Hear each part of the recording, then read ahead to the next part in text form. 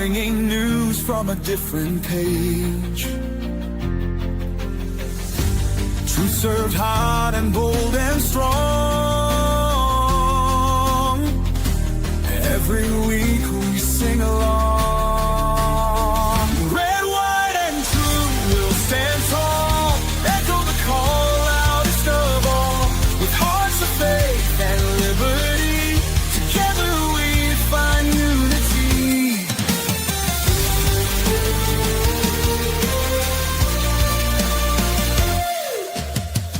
Stories that make you think and pray. A light awaits at the end of day. Guided by the stars and stripes,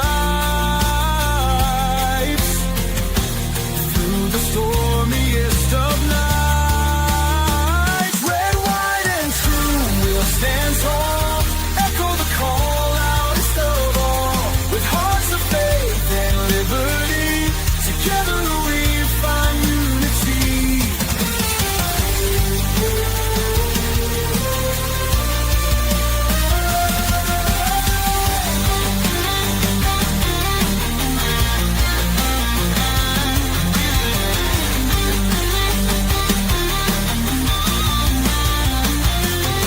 When the world feels like a fight, hold your ground, stand for what's right.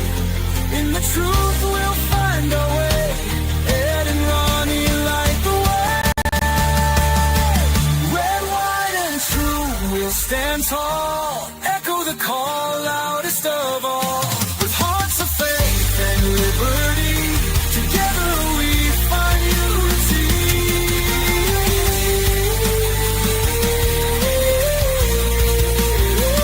Red, white, and true will stand tall. Echo the call loudest of all. With hearts of faith and liberty, together we find unity.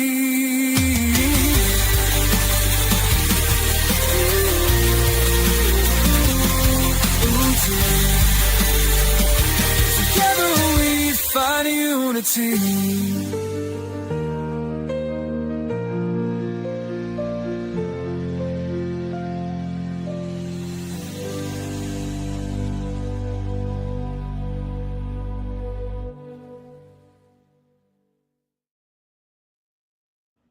Well, let's look at things here real quick. I had the second part of our introduction, and we've got so many things lined up tonight. I don't even see the second part of our introduction. You know what? I don't know if I do either. I found it. Okay. Here we go. Part 2, introduction. Red, white, and true.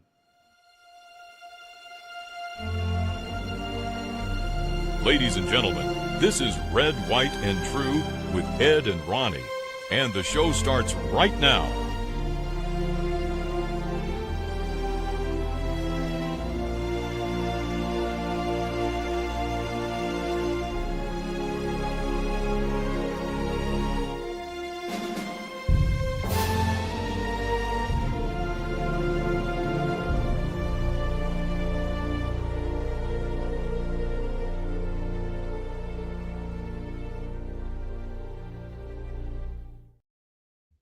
All right. Welcome officially. What's up, guy?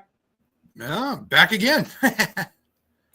Well, we've got a lot to talk about. I don't know if there's some controversial things to talk about, and there's some fun things to talk about. We'll do our regular segments. We got a lot about different presidents tonight. Of course, we got things about Trump. You would think that with the things that were announced over the weekend about Biden, that we will have some things. I even got some things with Obama and Clinton to throw out there tonight. So I guess we could consider this President's Day here at Red, White, and True. Yes. Yes. I even have a video from a president in Africa. I seen that. I didn't watch the video, but I seen that the title there. It's hard to understand. as we're getting some folks coming in, I have a tribute tonight. I don't know how many of our friends that'll be here watched the show Cheers, but this person that we're going to see this video passed away earlier today. So I want to show a tribute to Norm. My nipples, it's freezing out there. Afternoon, everybody. Hey, Norman. What's the story, Norm? Thirsty guy walks into a bar. You finish it. Afternoon, everybody. Norm! Norman. What you up to, Norm? My ears. Evening, everybody. Norman. What's new, Norm? Most of my wife. Evening, everybody. Norman. Beer, Norm? Nah, probably just drink it. Afternoon, everybody. Norman. What's doing, Norm? Well, science is seeking a cure for thirst. I happen to be the guinea pig. Evening, everybody. Here, Norm? That's that sudsy amber stuff, right? Yeah. Yeah, I've been hearing good things about it. Afternoon, everybody. What can I do for you, Norm? Well, I am gonna need something to kill time before my second beer. How about a first one? You got it. Any sports fans? What'll it be, Norm? Fame, fortune, fast women? Yeah? How about a beer? Even better. So I guess it would. Have you seen Cheers? Oh yeah. Is that, Oh yeah. okay? I was going to say it might depend on what age group that we got in here with us that would know Norm. I wasn't a huge Cheers fan, but when it was on originally, I probably didn't see it very often. But I in rerun, I guess I don't even really use rerun as a phrase anymore. But in Syndicate, I watched it quite a bit. So you know, the old comedies are hard to forget. They don't make them like they used to. That's for sure.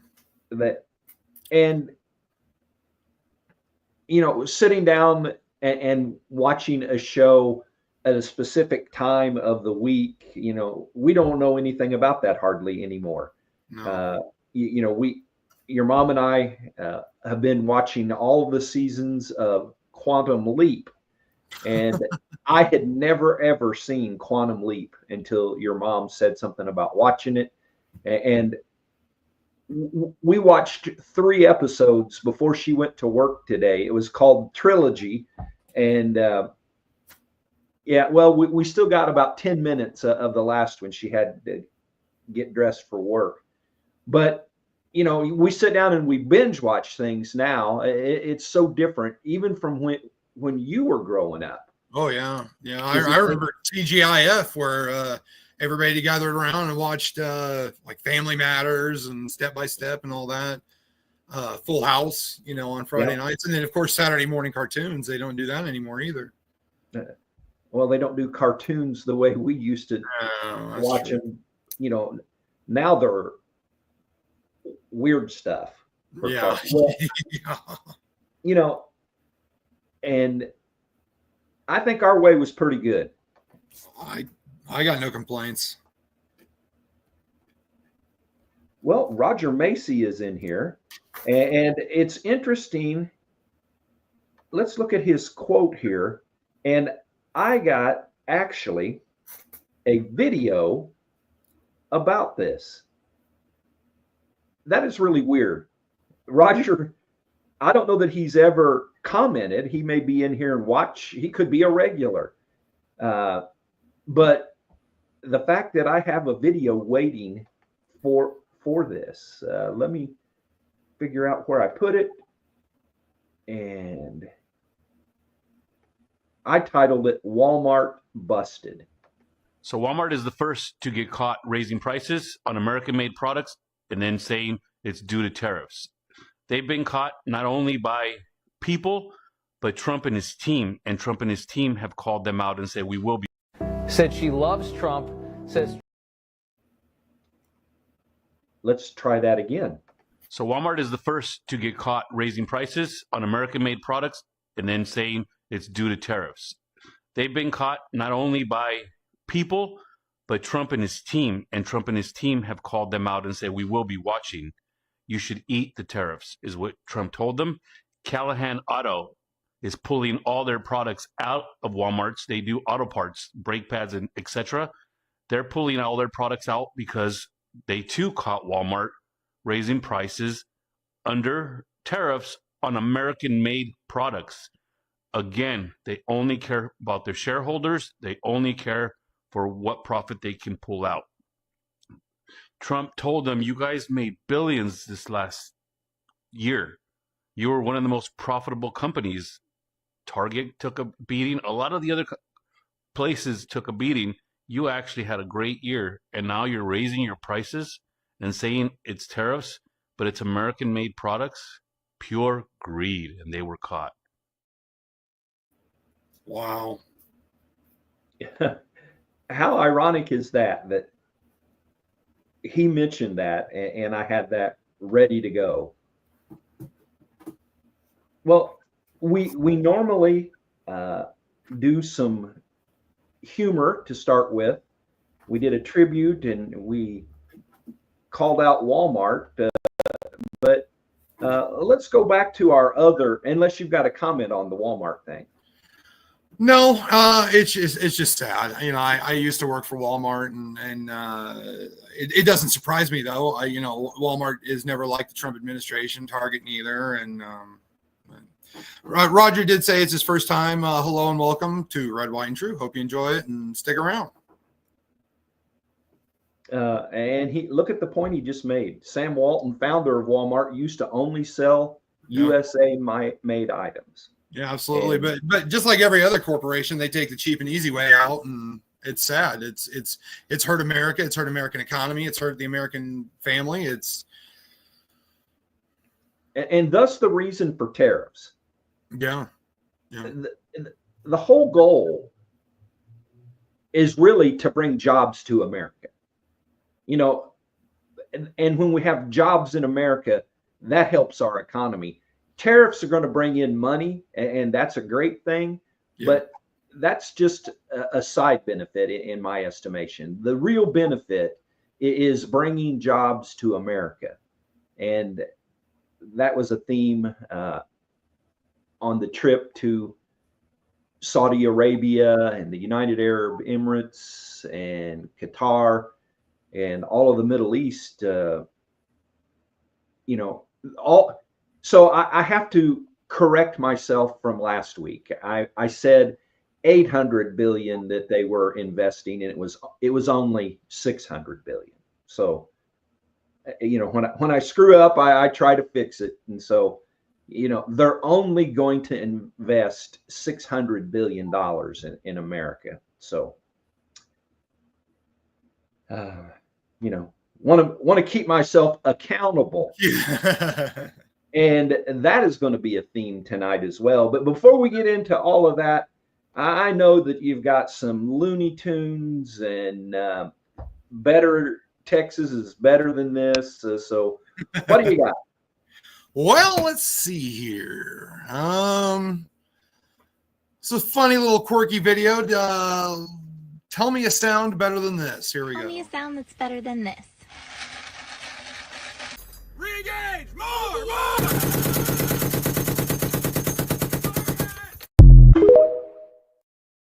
That is good. Good old 50. Can't find a sound better than that. So I'm thinking low crawl underneath the wire. There you go. There you go. Cow going over my head with tracer rounds in it. Right. God, I love that sound. So everybody remembers Trump's wasn't his State of the Union address, but he did address. It was the whatever. But the little boy DJ who had brain cancer. Yeah. I've got a video of him that is also our Do Better Texas. But I've been through 13 brain surgeries. That's why my head looks like this. And let me say this. This one congresswoman was talking about my head. But I said she can't be talking because she look like a burnt marshmallow. Jasmine Crockett.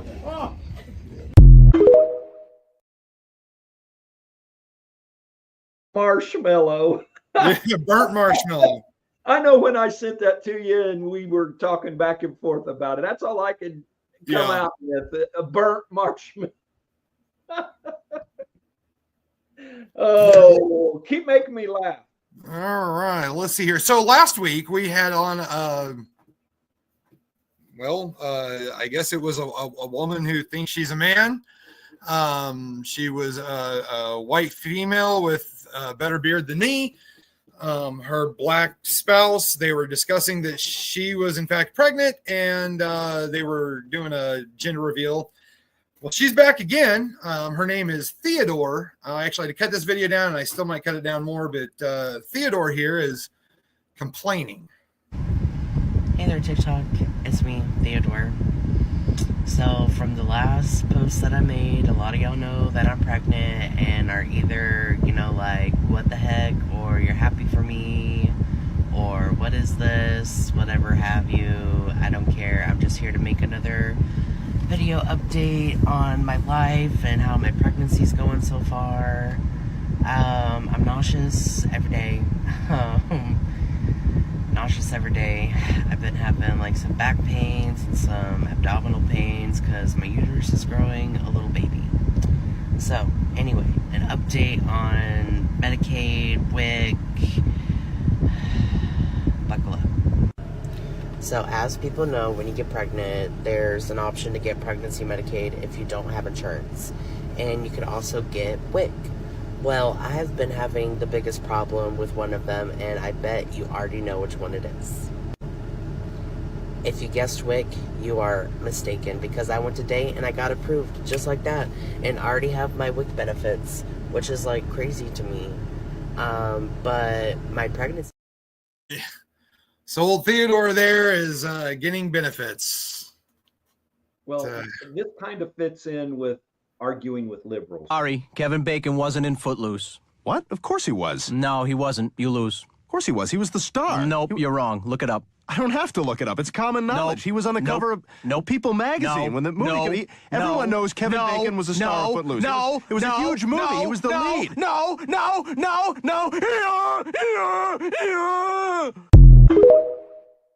Donald Trump is a criminal who was found guilty of 34 felony counts of fraud.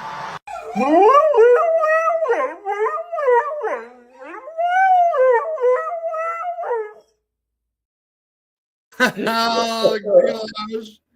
I see those two are stuck. We have to keep playing those. Yeah, we have to suffer through that every week. Yes. Those are on the playlist.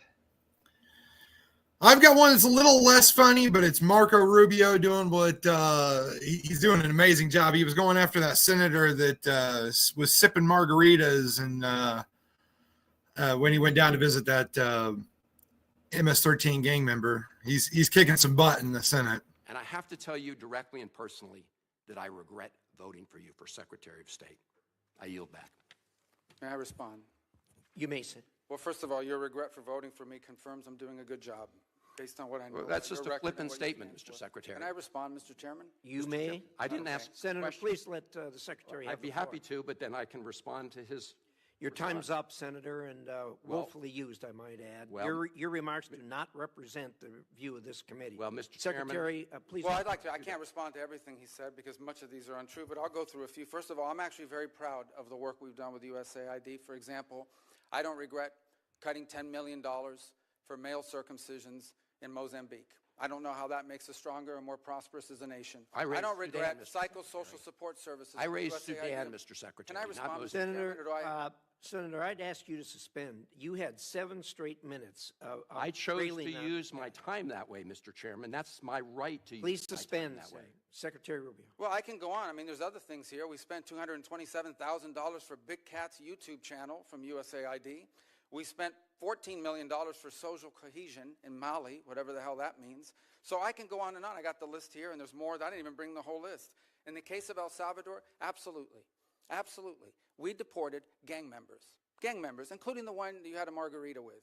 And that guy is a human trafficker, and that guy is a gangbanger, and the evidence is going to be clear. In the days to come, Mr. you're going to Chairman, see who you went to look, defend. I'm sorry, please, Mr. Chairman. Secretary No. Rubio has the floor. Mr. Chairman, he can't make unsubstantiated Senator, comments like that. Secretary Rubio has the floor. You had Secretary your time. Rubio should take that testimony to the federal court in Senator, the United States because well, he hasn't done it under oath. Here's another point, okay? There is a division in our government between the federal branch and the judicial branch. No judge in the judicial branch cannot tell me or the president how to conduct foreign policy. No judge can tell me how I have to outreach to a foreign partner or what I need to say to them. And if I do reach to that foreign partner and talk to them, I am under no obligation to share that with the judiciary branch. Just like a judge cannot order me to negotiate with a foreign minister of Russia, they cannot order me to negotiate with a foreign minister or the president of El Salvador. And if I did negotiate with them, which we have responded to them, and we've told them we've had communications with the president of El Salvador, I am under no obligation under our division of powers in this country and to share with the judicial branch how I conduct the diplomacy of the United States. It would actually be counterproductive. If I started sharing with courts, or frankly, with the media, my conversations with foreign leaders and all of their details, no foreign leader would talk to me again, and we would break trust with them. So I have complied with every court order. What I won't comply with is an order to disclose what I'm saying and what we're talking about with a foreign leader, because then they won't talk to me. Diplomacy doesn't work that way. About the student visas, let me say this. I don't deport anybody, and I don't snatch anybody. The State Department does not have officers in the street snatching everybody. What I do is revoke visas, and it's very simple. A visa is not a right. It is a privilege. People apply for student visas to come into the United States and study.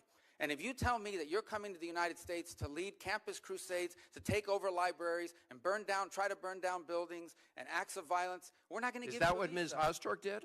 We're not going to give you a visa. Is that what she did? Come on, Mr. Secretary. And every single one of these cases, the factors are different. Senator, I was going to cut that. It keeps going on and on and on, but man, he was standing up right there. That was great. And you mentioned the humor. I love the way he got in. You know, the guy you were having margaritas with. Yeah, the guy you were having margaritas with. Yeah. But yeah, the $10 million for circumcision in Mozambique or whatever, and. Well, I've got my Reagan clip. Now, think about this. This is Reagan as president talking about Joe Biden. Man who all his years in the Senate voted against every weapon system except slingshots is now talking tough about our adversaries and the need for national security. You're right, he doesn't. To those of you who are too far away to hear, a lady up here said he doesn't know what he's talking about. She's absolutely right. And nothing changed. No, nothing changed. Nothing changed at all. At all. He was the same way, and it just. But the poor man does have cancer now. Well, let's segue into that. Yeah, just now, apparently. Let's preface what we're going to talk about and the way we're going to talk about it, etc. with we are both sad that Joe Biden has cancer. I don't think there's probably a person that is listening to our voices right now that haven't had somebody, probably somebody very close to you, that has fought the cancer battle. And not just fought it, but in many of the cases lost that cancer battle. My dad, my mom, your grandpa, so many people that we could go down the line. And so anybody that would be rejoicing that Joe Biden has cancer, please don't include me in the way that you portray that, because I am not happy that Joe Biden has cancer. No, nobody should be. It's not like when Donald Trump had COVID and all the Democrats were, yay, hope he dies, and all that noise. Or when he got shot in the head, they made jokes about, darn, they missed. Yeah. So I just want to say that straight up from the beginning. And Ronnie and I spent a little bit of time before going on air talking about this. The things that we're going to talk about really don't have to do with cancer. It has to do with accountability. And so, Ronnie, play one of your videos to get this kicked off. All right. And we will go from there. Former U.S. President Joe Biden, 82, has been diagnosed with an aggressive form of prostate cancer, his office announced on Sunday. The cancer has metastasized and spread to his bones, a statement on the diagnosis revealed. The announcement came just 1 week after reports revealed that a small nodule was found on Biden's prostate during a routine exam that needed further evaluation. A statement on the diagnosis explained, "Last week, President Joe Biden was seen for a new finding of a prostate nodule after experiencing increasing urinary symptoms. On Friday, he was diagnosed with prostate cancer, characterized by a Gleason score of 9, grade group 5, with metastasis to the bone. While this represents a more aggressive form of the disease, the cancer appears to be hormone sensitive, which allows for effective management." The statement from Biden's office claims that the form of cancer he has appears to be hormone sensitive and might be effectively managed by various treatments. The president and his family are reviewing treatment options with his physicians.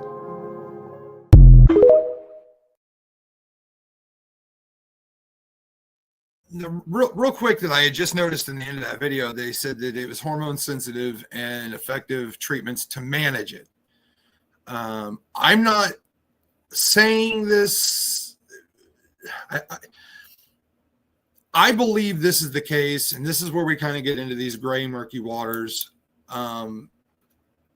If it's proven to not be factual, then I will eat my words and I will come on here live and to all the people watching, and I will apologize. But I don't think he got stage 4 cancer within the last few months. I'm thinking he has had this for a while. I think it was concealed to the American public, and this is where I take issue.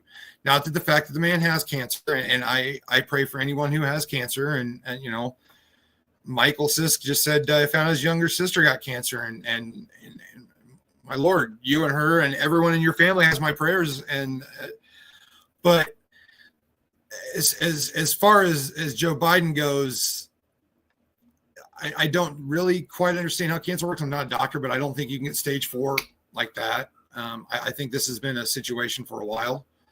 So, you know, manage. He said it was able to be managed. So I'm guessing that maybe it had been managed and hidden from the American public, and that's where the issue is. That's where. I've got a video that goes right along with that.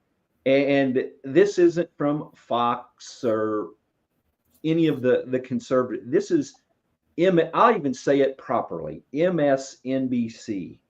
And if they covered it this way, then well, just listen. You believe it is likely, if this prostate cancer has spread to the bone, that he could have had it for up to a decade, but certainly it's likely. Would it be fair to say it's likely to have had this for at least several years? Oh, more than several years. You don't get prostate cancer. So again, I just want to stop you. So this is not speculation. If you have prostate cancer that is spread to the bone, then he's most certainly, you were saying, had it when he was president of the United States. Oh yeah. He did not develop it in the last 100, 200 days. He had it while he was president. He probably had it at the start of his presidency in 2021. Yes, that I don't think there's any disagreement about that. And I'm just curious again, if your doctor to a president of the United States that is a male, that is an older man, would a prostate test, and again, we're just talking about a PSA screening, a blood test that you could do along with all the other blood tests. And so it's not even that it would be intrusive. Would this not be one of the first tests that you would conduct as a White House doctor?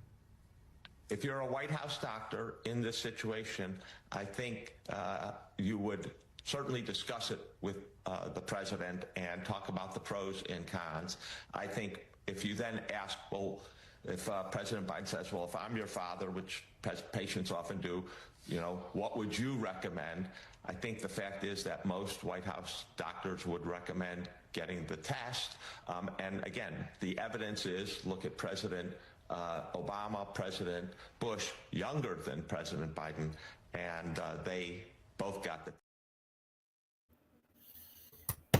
So right there is,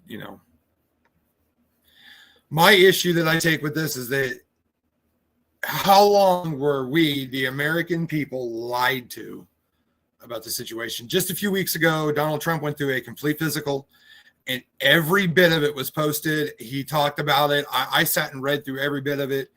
It went through everything, top to bottom, with that man.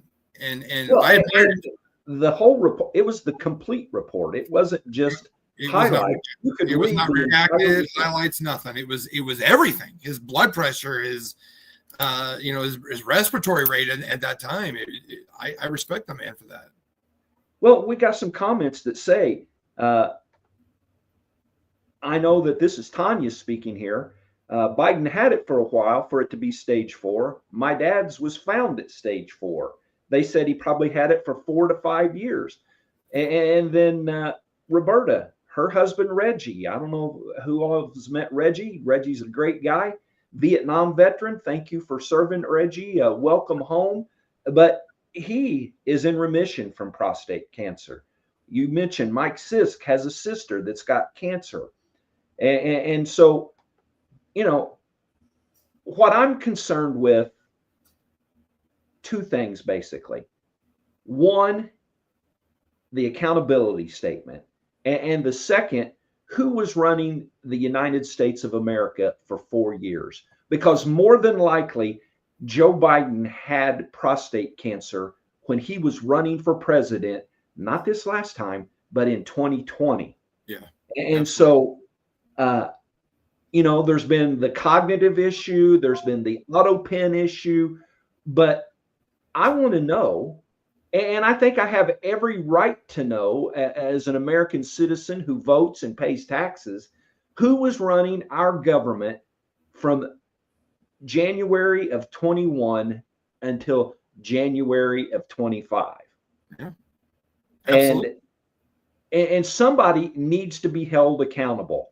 Somebody told me that there never is accountability. Well, that needs to stop. There needs to be accountability. And I'm going to give an interesting thought. The very first person I believe that needs to be held accountable is Jill Biden. Jill Biden. Absolutely. She was more interested in being the first lady than she was in her husband's health. I mean, what do you think, Ronnie? Is it? I couldn't agree more. I mean, she as a wife, she should know her husband better than anybody else. And I think you're exactly right. She was more interested in being the first lady, going on talk shows and, oh, it's Dr. Jill and all that. She wanted to be FLOTUS.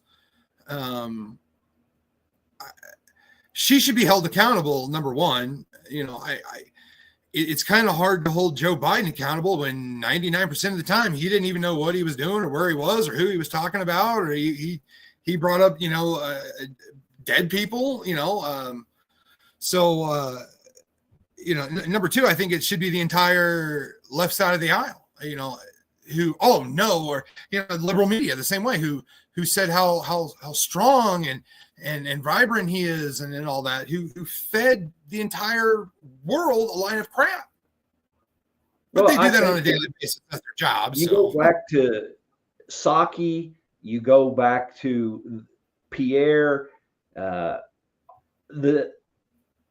no way that they didn't know, and for them to portray him as sharp and on it, and then you look at what was said during the Her investigation, and he was as sharp as he's ever been, and then they come out with audio or that he wasn't sharp at all, much less. If he's never been more sharp than then, that means he came out of the womb very, very dull.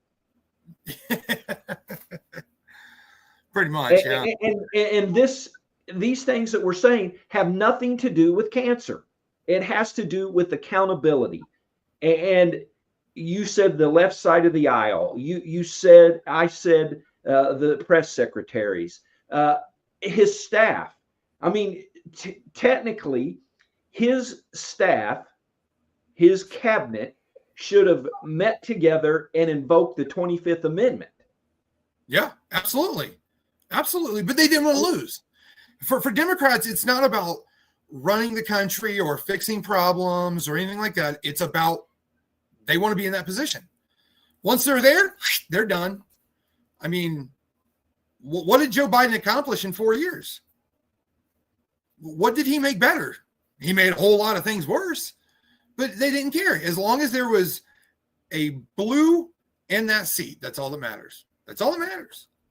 And you know, these kind of things make us look like we knew what we were talking about all the time when we said he's not running the country. Well, I mean, it's not like today is the first day that we said Jill should be held accountable. You know, people were talking about elder abuse back when he was still in office.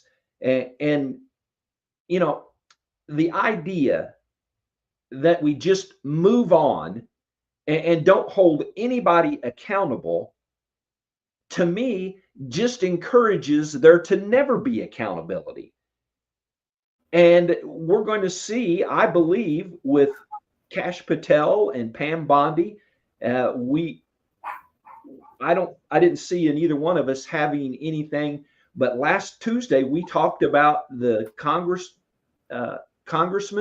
that were in New Jersey and basically stormed the ICE facility. One of those Congress people, I think her last name is MacGyver, actually, is being charged with assault, I believe. And that's what should happen. Absolutely. And I believe Kash Patel is the real deal. I think he is going to. I think he's just going to turn things upside down a little bit, and I hope so. I really, truly do. I hope so, and I hope he gets on it. I understand this kind of legal stuff doesn't happen overnight, but the longer things go, the worse it's going to get. So, well, and some of the things that he's going to need to hold people accountable for, it's going to take the 4 years that he has in office to be able to take care of those. Here's another issue. I don't know if we talked about this last week or if it was even brought up, but this just in. Former FBI Director James Comey says everyone is mad at him for walking on the beach with his wife and paints himself as the victim. Ronnie, tell the backstory here. Why would everybody be mad at James Comey? Well, I don't know the whole situation. Like I said earlier, all I watched was a dirty cartoon about it, but he came up with 86-47. And 86-47, which means 86 is take it out or take it off in the restaurant business. If you 86 something, you take it off the menu. And 47, Donald Trump is the 47th president. They do this crap every time. I saw 86-45. It's not as funny or as clever as Let's Go Brandon, but it's still there. Well, and the Let's Go Brandon was strictly humor. I mean, there was nothing to that other than humor. And if Comey, first of all, what are the odds of you or I walking down the beach? I mean, I wish that was good odds walking down the beach, but walking down the beach and seeing rocks arranged with those numbers. I mean, 4 numbers, I don't know what combination, that would be possible. But of all the numbers, it could have been 0071 or you know what I'm saying? It could have been anything.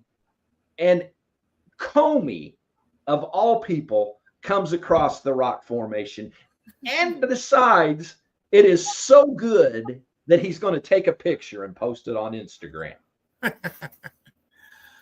I didn't know that was the backstory, but that's hilarious. Yeah, I'm sure it just happened to be that way. Yeah. Yeah, I mean, and he wants the American people to believe that he is the victim in this thing. Yeah, this man was the FBI director. That's everybody's mad at me. Everybody, idiot. I mean, seriously. Oh my! It's just how in the world. It's a great time to be alive. Let me tell you. Well, it's a great time to live stream on these kind of topics because just think if Rush were still alive. Oh my gosh. I mean, he had plenty of material when he started back when Clinton was president. Yeah. But think about if he would have been behind the golden EIB mic for the last 4 years with Biden in office. I'd give almost anything to see that. That'd be great. I mean, he'd go off, I'm sure, and rightfully so. I mean, oh, I've got some more stuff. I got Joe Pags on Joe Biden's cancer, and it going back to that topic, it does seem that at one point, and we all caught this, Joe Biden told us he had cancer. By now, you probably heard the big news released over the weekend. Former President Joe Biden diagnosed with cancer, prostate cancer, and then into his bones. Pretty serious stuff. I wish him well. I hope he gets great health care and he recovers from it because I want him to face charges for the stuff he did. But I do want him to be healthy. Having said that, did he already tell us that he had cancer? Just a couple of years ago, he's out there making a speech, and he keeps on talking about how in Delaware, where he grew up, there were oil slicks on the windshields or something that has been debunked over and over again. But when he's talking about it, listen to what he says. Listen closely. And because it was a 4-lane highway that was accessible, my mother drove us, and rather than us be able to walk. And guess what? The first frost, you know what was happening. You had to put on your windshield wipers to get literally the oil slick off the window. That's why I and so damn many other people I grew up have cancer, and why for the longest time, Delaware had the highest cancer rate in the nation. That's why I and so many others who grew up there have cancer. Was he admitting it there? Was it a slip of the tongue? Do you think he just foreshadowed what we just found out over this past weekend, 2.5 years later? Did they know about it the entire time? If you talk to medical experts, it'd be very hard to not have that diagnosed a long time ago, knowing that it went from prostate to bone cancer. He had to have known.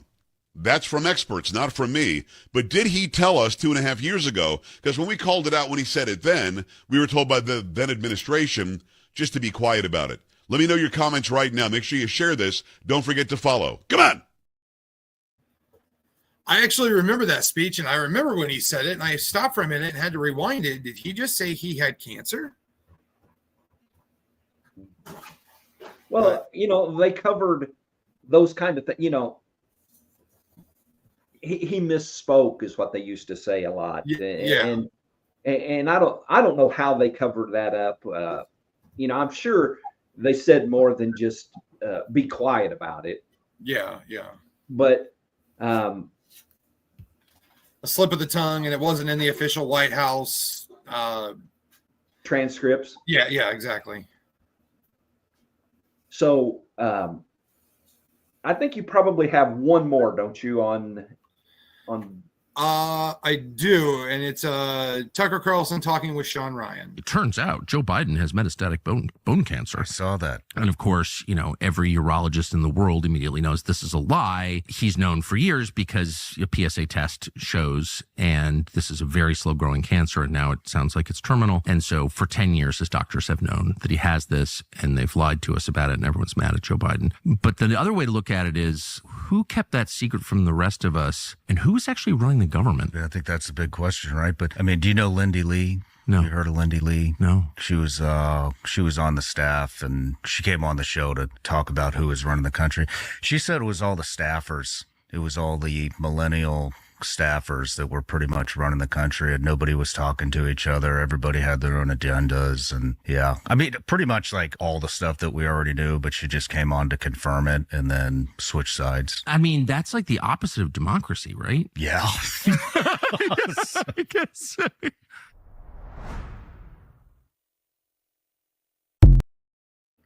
Wow. Well, I got to tell you, I haven't seen that clip. And it's nice to know, I think, on the same lines as Tucker Carlson, because he asked the question, who was running the country? Yeah. And yeah. Well, we're going to take a 1-minute break. We'll be right back. We got plenty still to talk about. We're taking a short break, but don't go anywhere. Ed and Ronnie will be right back in just a few seconds. Thank you so much for supporting Red, White, and True. Did you know that your interactions with us on social media are vital to making sure that we continue to grow our audience? Please follow us on all major social media platforms, especially our Facebook page, so we can continue to share Christ through current events and more here on this live stream.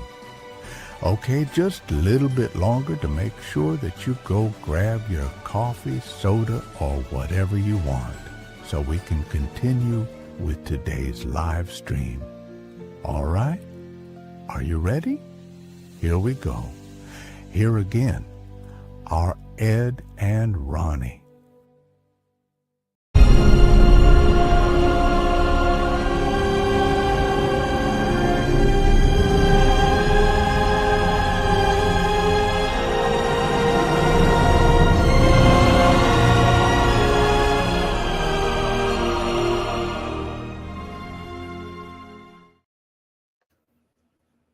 I am pumped. Yes. That is the first. It's not a trailer, obviously, but promo. Yeah. Promo for the resurrection, and it's been years and years in the making. Not as in that they've been making and filming it for years and years, but planning has gone into it. Mel Gibson's long-awaited sequel to The Passion of the Christ is moving forward.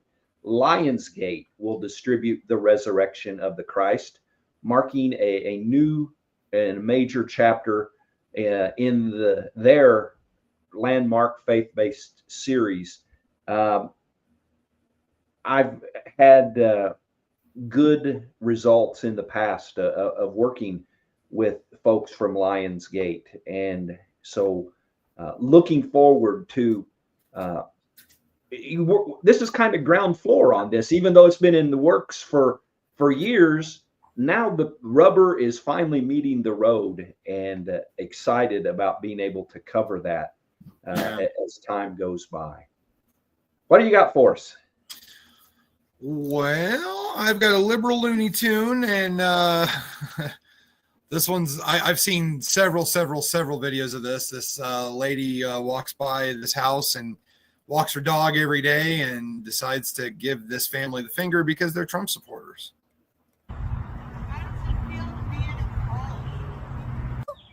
We love you. Hello. 4 more years.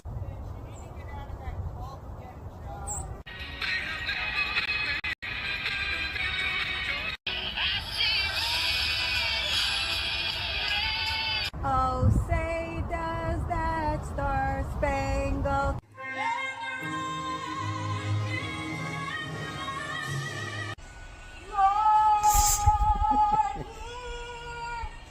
and I know that my heart will. It's gonna be me. And I'm feeling good. The end of the road, still you can't let go.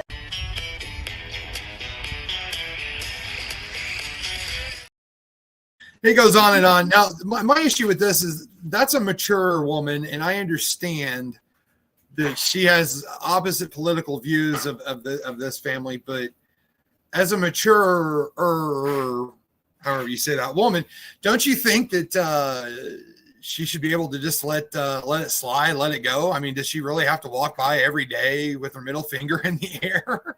Showing her intelligence, obviously. Exactly. Now, she would say that those people deserve that because they're showing their intelligence. But I mean, I look at liberals most of the time as I do trolls. And there is nothing more fun in life than whack a troll. And used to do that back on GOP.com, right when I was first getting into podcasting and all. And it was just so much fun. And so I can kind of relate to them. Mike Cisco there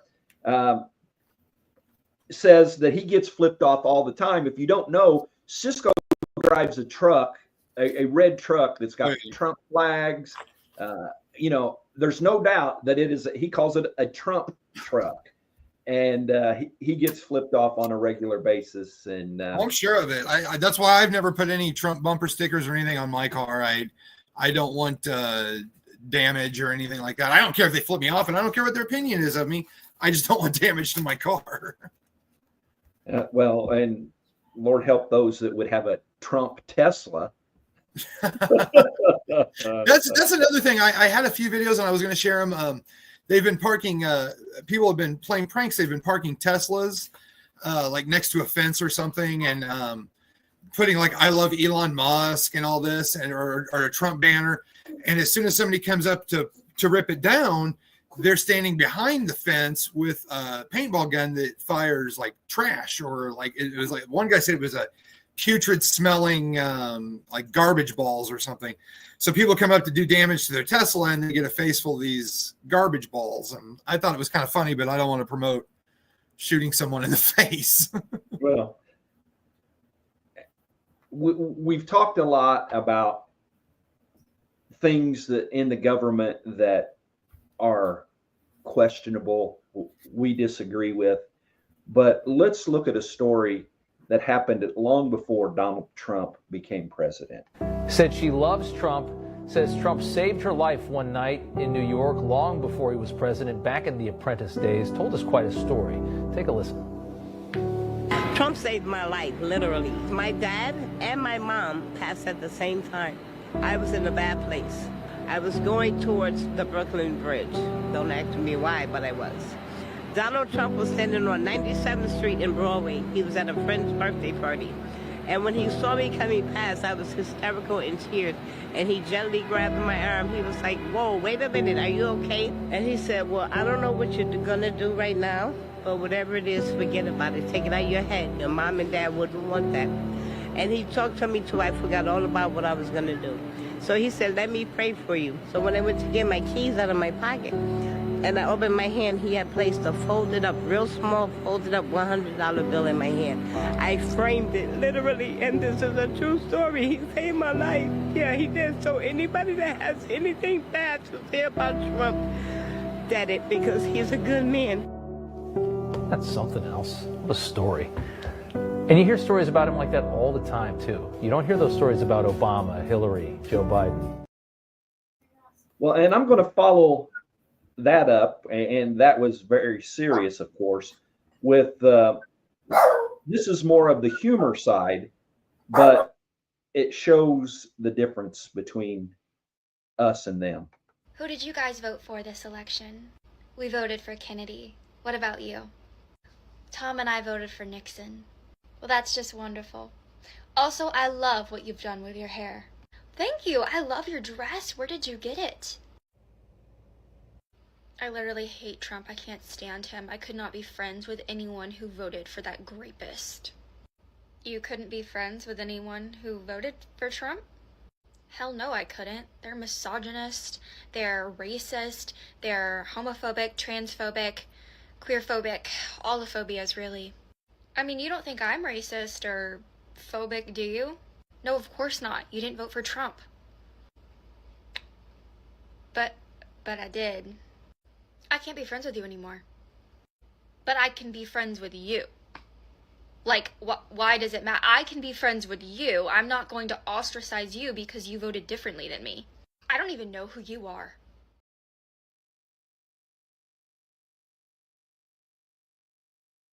And so when you take into account the first video of Trump saving a woman's life by her own words, and then the I can't be friends with you because you voted for Trump, speaks a lot about where we are in 2025.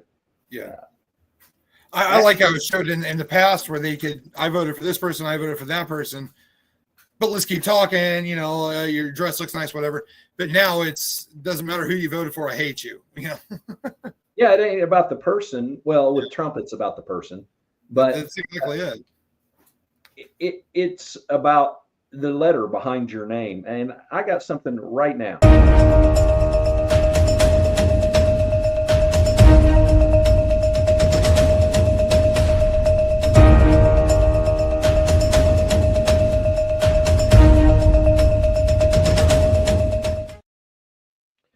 Literally just moments ago, the Senate passed a bill that includes no tax on tips.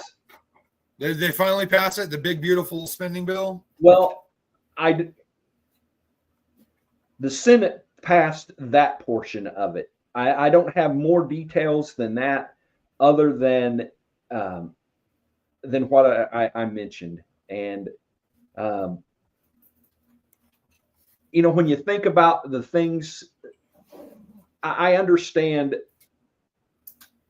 that there were some Republicans that were uptight about adding to the debt ceiling, which means all that means is they're going to spend that much more money. I mean, that bottom line, it's like upping your credit card limit. Yeah, you're going to spend it. Very few people save that for a rainy day. I mean, maybe there's people on here more disciplined than what I am. I went years without having any credit cards. One, I didn't qualify, and two, I'd have been in debt so bad that I wouldn't have been able to dug out from it. Yeah. But think about the things.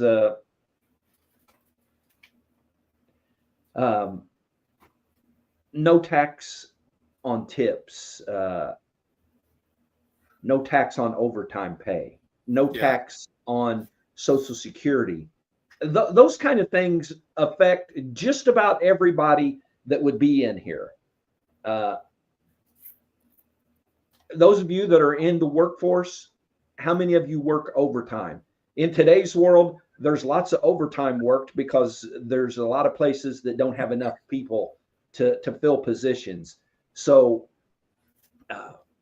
your mom still works overtime, and no tax on that. you know, that's touching not just people that are on government programs. That's touching people who are out there working every day. Mm-hmm. That touches me. The no tax on Social Security. I've been on disability for several years, and your mom and I make enough money together that my Social Security ends up being taxed. If you look at the way that's all set up, it's very, very confusing. All I know is that most people get tax refunds. Your mom and I pay taxes every year. Yeah. And so, hopefully next year, that'll be taken care of. And hopefully that'd be great. And then this one thing that the left doesn't seem to understand is if I have more money in my pocket, I'm going to spend that and stimulate the economy. So if I work 10 hours of overtime and they don't tax that, that is more money in my pocket to put towards the economy. And more incentive to want to work overtime. Yeah, absolutely. Yeah. I mean, what's always been one of the biggest complaints people have about working overtime? They're going to rip me in taxes. Yeah, be in a higher tax bracket. And that's the thing that I always hated about overtime is that they would put me into a separate tax bracket and I would make almost as much as had I not worked that overtime. So why would I want to spend that extra time away from my family when, I really didn't get that much? Well, I'm going to have to share the MAGA Minute in a different manner. I thought it downloaded and actually it didn't. So I'm going to share my screen and share it that way. Give me just a second.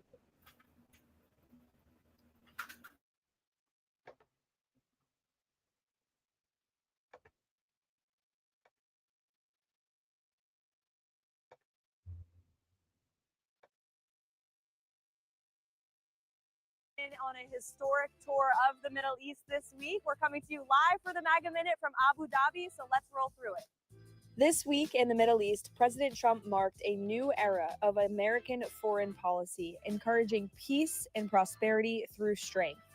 President Trump announced a $600 billion commitment in investments from the country of Saudi Arabia, which will mean hundreds of thousands of new jobs in your communities. In Qatar, the president signed a historic agreement to generate an economic exchange with the United States worth $1.2 trillion. And the dealmaker-in-chief also announced a historic sale of American-made Boeing aircrafts and American-made GE Aerospace engines to Qatari Airways. Finishing off the trip in the United Arab Emirates, the president announced more than $200 billion in commercial deals between the United States and the UAE. The president this week also signed a historic initial trade deal with China to reduce tariffs and to continue discussing opening Chinese markets to American-made products and goods. President Trump also secured a ceasefire between India and Pakistan, literally preventing a nuclear war. President Trump and Special Envoy Witkoff secured the release of American Eden Alexander, the last remaining American hostage in Gaza, after 584 days in Hamas captivity. And on the home front, President Trump signed an executive order putting American patients first to lower your drug prices and to end foreign nations paying cheaper money for drugs and ripping off American pharmaceutical innovation. Inflation fell to its lowest level in more than 4 years this past month. It was certainly a packed week, and we look forward to working with Congress next week to pass the one big, beautiful bill, which means the greatest tax cuts in history. We'll see you back in Washington for next week's MAGA Minute. President Trump has been on a historic tour of the... So, you just smile when she's on the screen. I do. I like her. I like her. She's just such a breath of fresh air. Did I ever say that before? I think I probably say that just about every week. It's true, though. I mean, I seen the first part of a clip where she was talking about being back in the States and how it was a long and very tiring trip. The reason she brought that up was because she was talking about Trump working so hard. So they just got back from this week-long Middle East trip, wore out, and where was Trump on Saturday? I think most people would have probably said at the golf Golfing. course. He was at his desk in the Oval Office working. And that's one thing that the left goes nuts about is all these golf trips on the American dime. Well, first off, Trump's a billionaire. He doesn't take a salary. I'm pretty sure he doesn't charge Americans anything for him to take a weekend of golfing. However, Joe Biden every weekend did charge the American populace to fly him back and forth between DC and Delaware, you know, and every special occasion, you know, all those times where he should have been in the White House working. But we could go on and on and on about Joe Biden. You know, the poor man has cancer, and I wish him and his family well. I'm ready to just close the chapter on that guy and move on. Well, and it would be nice if we could do that. It would be nice if we had no more revelations that came out of that 4 years, but that's not going to be the case. And I hope that the word that we kind of focused on tonight, accountability, you know, that means everybody. Mm-hmm. I'm not just out here promoting that we hold the left accountable. You know, our side needs to be accountable too. Absolutely. And so that's where I am with that. I know both of us have a few more videos that we have. A couple of mine I can save for next week. You got anything left that you for sure wanted to get out there tonight? No, not really. I had Trump talking for 3 minutes about Joe Biden's cancer, but we've already heard so much about it. We all know Donald Trump's opinion on it. I got Kash Patel talking about Epstein and the list and all that. And hopefully more of that comes to light. Same thing with the P. Diddy thing. So and I got Tucker Carlson talking with Mike Pence, the traitor. I have a difficult time with even listening to the P. Diddy and Epstein and those topics. I don't want to be put my head in the sand kind of a person, but man, it just boggles my mind that in 2025 those things happen regularly. Yeah. And how the more money you have, the more fame, the more power, the easier it is to get away with stuff like that. That's I mean, I understand it happens. The Sean Ryan podcast, I actually today I listened to the Tom Homan interview, and he talked 2-3 hours, something like that. And if you get a chance, listen to Sean Ryan interview Tom Homan, and you will have a whole new respect for Border Patrol. I have a whole new respect for him and Donald Trump after finding out just some of the things. He just touched lightly on some of the things that happens down at the border on a daily basis. And, you know, he said, as you go to bed tonight, before you close your eyes and go to sleep, you know, just know that somewhere on the southern border, someone's being sexually trafficked, someone's being kidnapped, someone's being raped, and someone's being murdered. And he said that just some of his stories. So if anybody gets a chance, please listen to that. It's crazy. You see it scrolling at the bottom. You're watching Red, White, and True. Should have done this probably earlier, but if you would go to edandronnie.com and follow all of our social media, we are having a difficult time getting from 70 to 100 on followers for Red, White, and True. I'd like to get past that to where we can then start promoting going to our YouTube channel and things like that. because a couple of weeks ago, we were taken off the air for that one episode because of a copyright infringement deal. Ronnie probably doesn't realize this, but I have to go in and share the link from my Facebook page to put on his New Defiance page. We used to be able to just stream directly to New Defiance. I don't have enough friends. Well, they consider your account new. You've had this account for probably a year. Yeah, a little over a year. Yeah. And they consider it new. So they decided that new accounts can't stream directly for a while, is what it said. For a while. Whatever. How do you define that? So we want to make sure that there are ways for you to be able to see Red, White, and True. What if Facebook decided they hated us and they weren't going to let us live stream anymore? Facebook's not the only game out there, and we're putting in the groundwork, but we're not getting anywhere too fast. And so go to edandronnie.com. When you go there, it'll pop up with I think YouTube is at the top, and I think some people get confused with that one.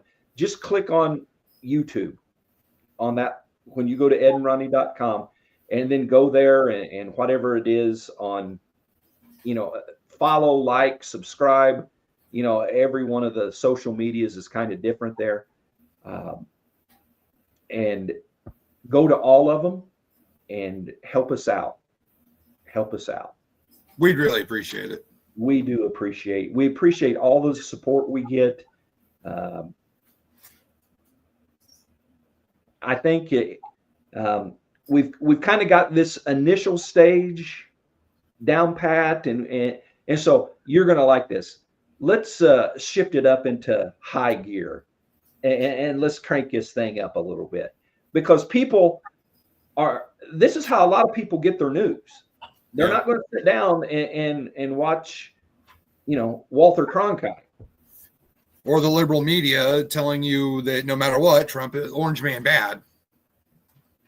So that being said, we need to kick our game.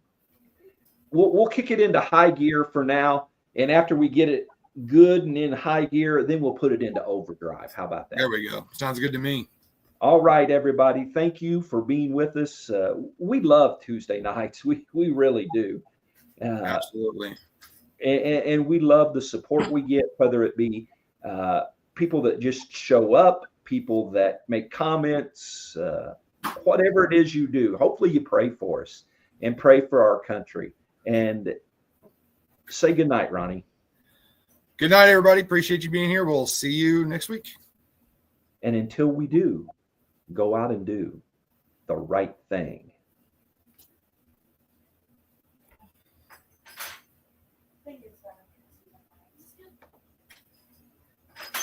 My name is Kurt Angle. I'm an Olympic gold medalist and WWE superstar. The Bible verse I'm going to give you today is from the book of Peter, 1 Peter 5:10. And the God of all grace, who called you to his eternal glory in Christ, after you suffered a while, will himself restore you and make you strong, firm, and steadfast. I've had a lot of injuries in my career. I've also had a lot of setbacks, especially with addiction. I suffered a while, but I turned my life to Christ, and he made me strong and steadfast. And that enabled me to overcome my addiction, to overcome my injuries, and to remain strong in his glory. So I give God all the credit for what I've been able to overcome. And I wanted to give you that advice.